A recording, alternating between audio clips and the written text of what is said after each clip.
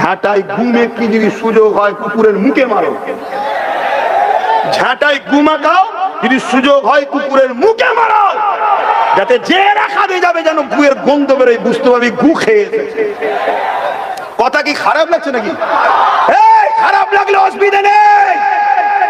আমি সেই বাচ্চা সেই বেটা আল্লাহর কোরআনের জন্য বাপকে শহীদ করতে পারি, মাকেও শহীদ করে দিতে পারি। আমি সেই বাচ্চা আল্লাহর কোরআনের জন্য নিজের ভাইকে যদি নিজে হাতে কুরবানি করতে হয় তাও করে দিতে পারবো। আমি বলে দিই ঝাঁটাই ঘুমে কি যদি সুযোগ হয় কুকুরের মুখে মারো।